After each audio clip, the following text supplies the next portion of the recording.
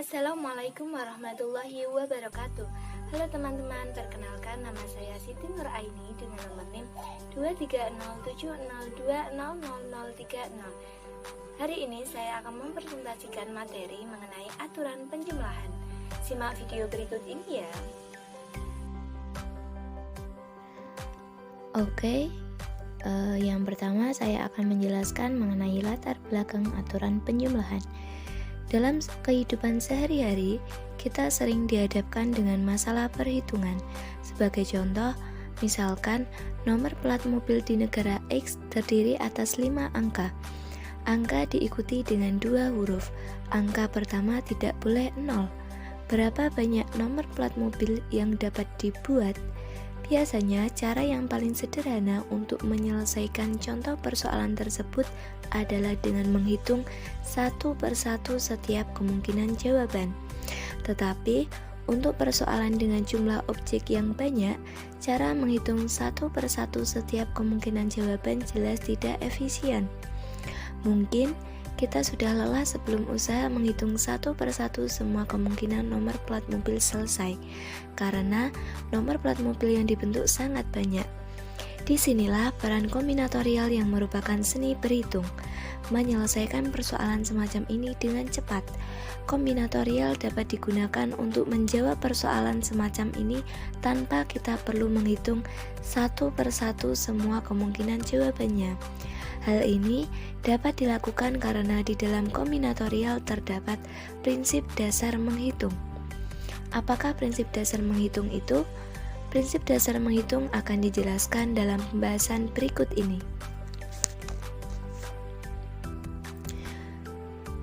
Prinsip dasar menghitung.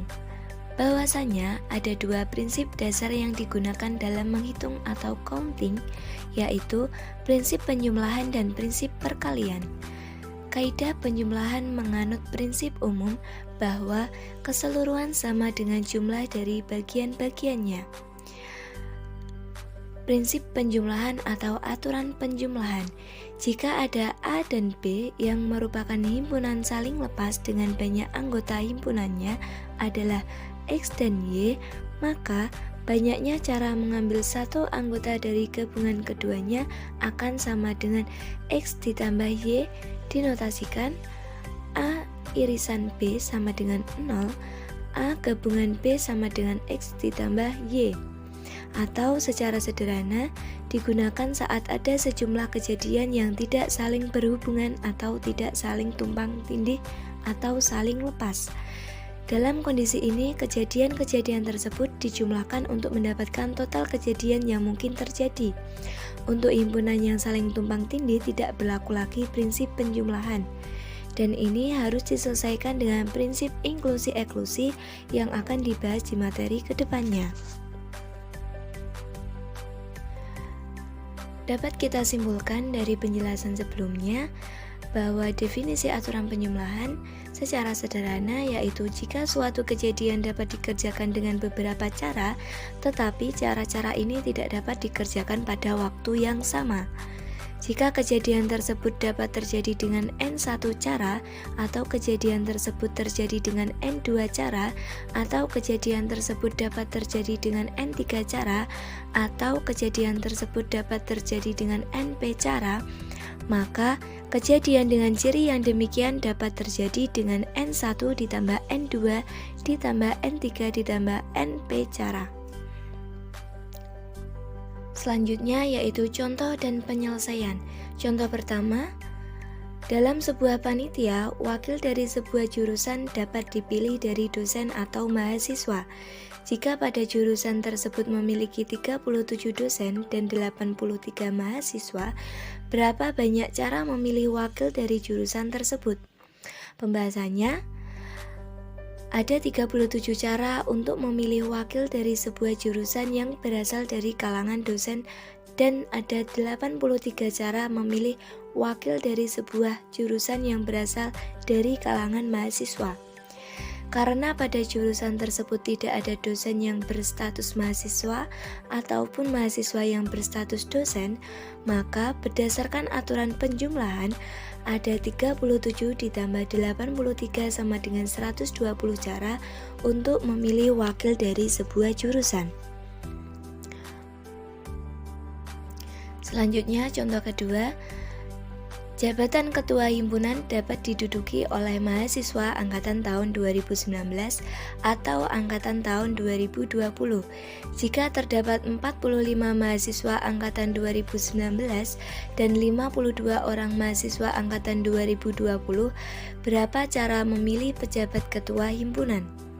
Penyelesaiannya, jabatan yang ditawarkan hanya ada satu, yang dapat diduduki oleh salah seorang mahasiswa dari dua angkatan yang ada.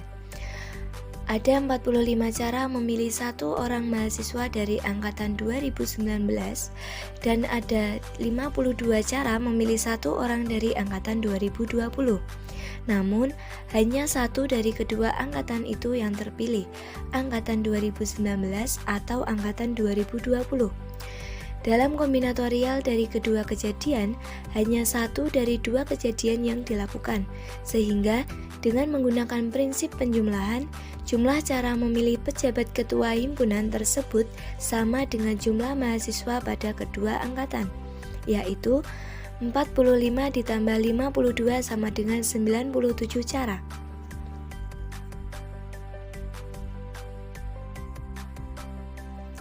Selanjutnya yaitu kesimpulan. Dari pembahasan di atas kita dapat mengetahui bahwasannya prinsip dasar menghitung ada dua, yaitu prinsip penjumlahan dan prinsip perkalian. Tapi pada pembahasan ini saya cuma menjelaskan mengenai prinsip penjumlahan. Prinsip penjumlahan sendiri menyatakan bahwa kedua percobaan dilakukan dengan tidak simultan atau saling lepas. Dan prinsip penjumlahan juga dapat diperluas hingga mengandung lebih dari dua buah percobaan.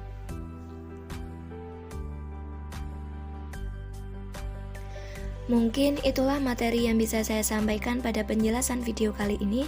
Kurang lebihnya saya mohon maaf dan semoga materi ini dapat bermanfaat bagi teman-teman semua. Sekian, terima kasih. Saya akhiri. Wassalamualaikum warahmatullahi wabarakatuh.